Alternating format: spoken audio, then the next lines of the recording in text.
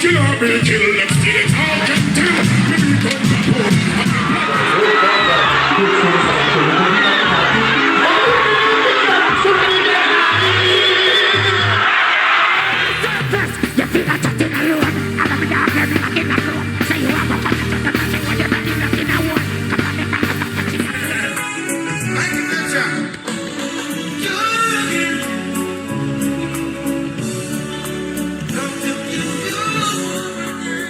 Since dancehall's emergence in the Kingston inner city in the late 1970s, dancehall has exploded in popularity and undoubtedly boosted Jamaican culture around the world. Always courting controversy, the genre that keeps Jamaica swaying to heart-stopping bass and raw, thought-provoking lyrics has also seen some of its top artists being as notorious for running afoul of the law as they are for their music.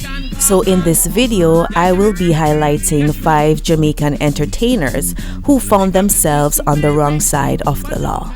DJ don't give you your freedom, no, but that shit said the white man don't look like Slanik done, you know, so they push them to the plan for lick you down. You want a example? Me, I go show you, and you remember Martin Luther when a judge only sort of fight hard in America for black people, you know that they could have go in a bus and bar, go sit down, you see, as the fuck of them get them blasted freedom, you know, say black man betray man, lick him down. So you see, Winnie Mandela, where you hug up your nung and sleep with the night time and suck out that tongue. We say, if you get amount of money, you know, she one betray you one, lick you down. So you have to watch out, you know? Watch out. Born Desmond Ballantyne on January 24th, 1966, Ninja Man stood out as one of the most colorful and charismatic in Jamaican dancehall for more than 3 decades. His career began in 1987 with the release of his self-produced debut single, Protection, a duet with Courtney Melody. He would go on to work with several legendary producers throughout the late 1980s and early 1990s, including the likes of King Jammy and Bobby Digital.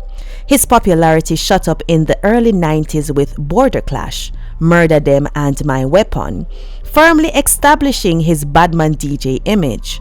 The self-proclaimed Don Gorgon lived up to the name with an unmatched ability for freestyle lyrical prowess and a distinctive style that was marked by a theatrical, stuttering delivery and powerful live performances.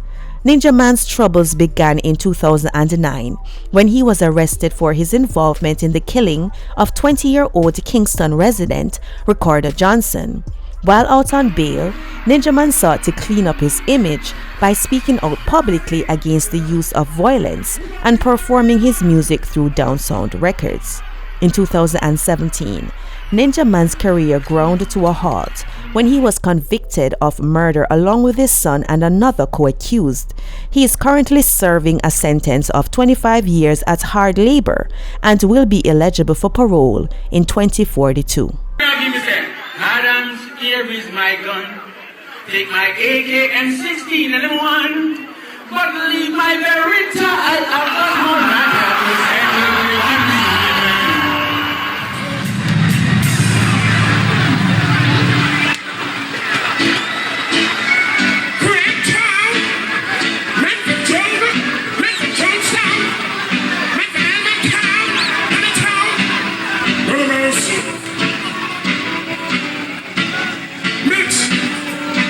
Be killed, let's get it all condemned. We become the poor. Of your blood to spill.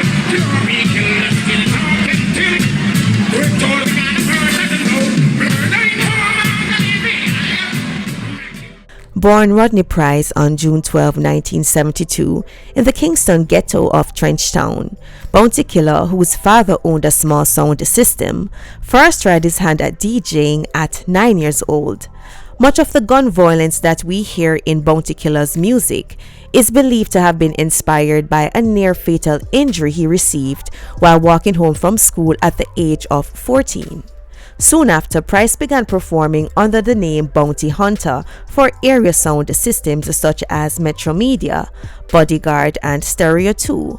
Dub for Dub, one of his earlier tunes, quickly became a huge dancehall hit as a sound system dubplate. After he adopted the Bounty Killer moniker, in 1992, He proved to be the breakout artist that year with several major hit singles including Copper Shot and the anti-informant Spy Fi Die, The Informer being an underground hit in New York. He went on to dominate the stage and the airwaves with Run Come In a Magnum, Book, Cellular and Worthless Boy, among other songs. Bounty Killer's Experience album was released in 1996 and it featured collabs with American hip-hop stars such as Busta Rhymes and The Fugees.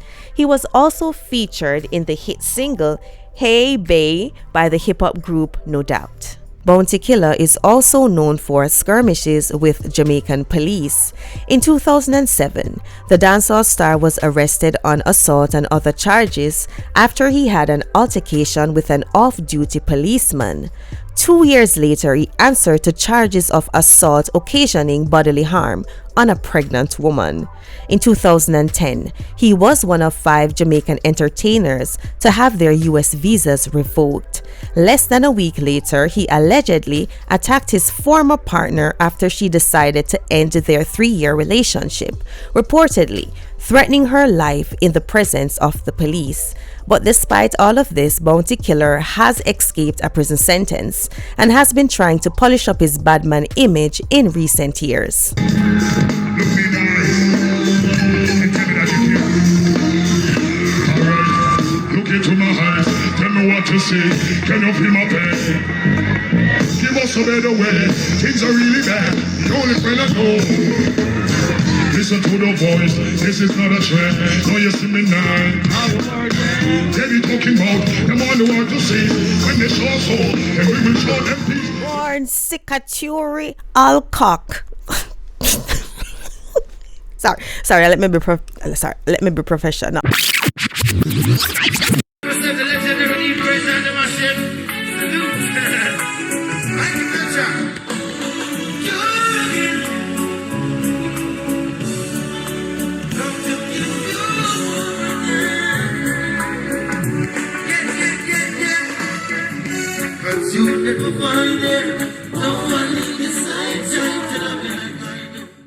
Born Sikaturi Alcock on October 11th, 1978, a young Jah Cure would sneak out of his bedroom window late at nights to visit local stage shows, immersing himself in the musical stylings of reggae greats Bob Marley, Peter Tosh and Burning Spear. He got his stage name on moving to Kingston mostly because of the vast amount of herb he smoked in a quest for spiritual enlightenment, a daily custom of his Rastafarian religion. Cure's musical journey would be interrupted on November 16, 1998, after a night out with 2 tourists in Montego Bay. A local woman identified him to police as the man who forced her into a car and raped her at gunpoint. Cure, despite vowing that he had never seen this woman before, was subsequently arrested and tried, and he was sentenced to 15 years in prison in April 1999. This was for 2 counts of rape, robbery with aggravation, and illegal possession of a firearm. He was released in 2007 after serving 8 years. During his incarceration, however, Cure recorded and released numerous #1 singles from jail, including Jamaica and Longing For, both local and international successes. In March 2022, Jah Cure was sentenced to 6 years in prison in the Netherlands, and this was for attempted manslaughter of a promoter by the name of Nicardo Papa Blake on October 1st, 2021. It is said that he was booked for a performance, however, he claimed he had not been paid his performance fee of €5,000.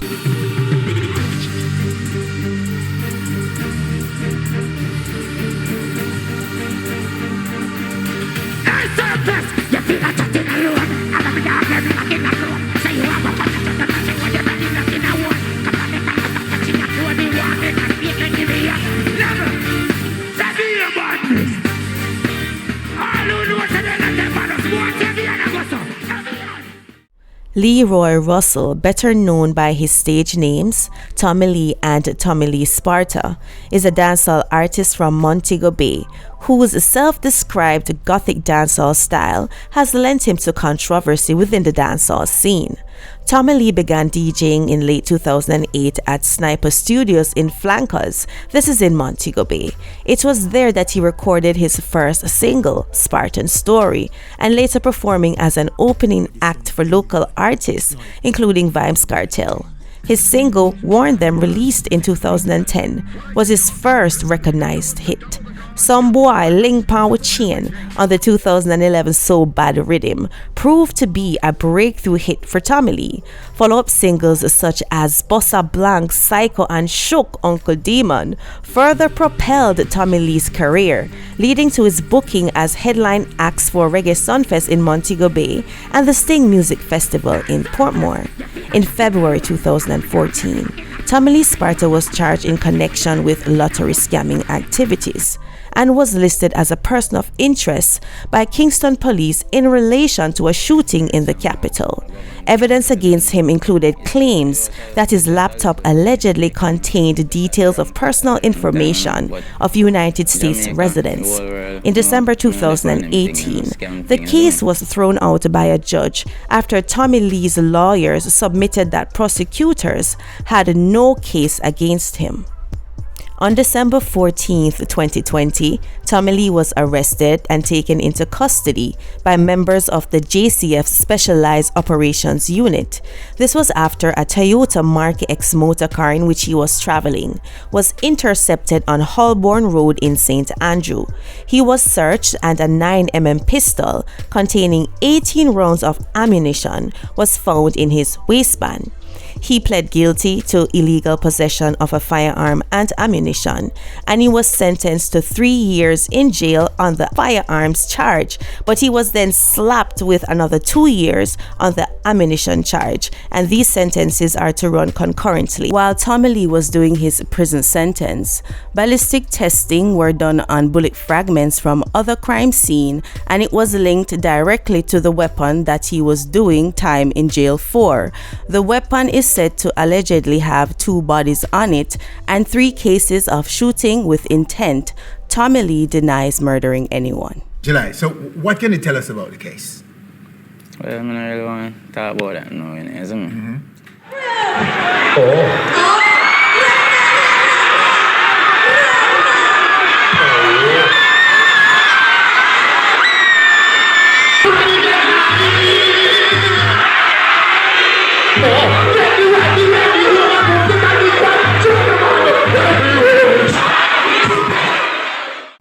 Adidja Palmer, born on January 7, 1976, has been defined by controversy since his inception into dancehall. Vybz Kartel, also known as World Boss and The Teacher, gained prominence after a string of hits in 2003. He's known much for his vile lyrics, as he's known for his skin bleaching habit. Vybz Kartel has managed to achieve folk hero status among his broad fan base. His trademark expletive-filled and often sexual graphic lyrics is widely believed to have helped to erode a long-held local taboo against oral sex, particularly with his ringing endorsement of blowjobs in Freaky Gal. Kartel's influence through music is also believed to have fueled a sharp rise in sales of Clark's brand of shoes after his releases of the popular singles Clark's, Clark's 2, and Clark's 3 Wear What You Have.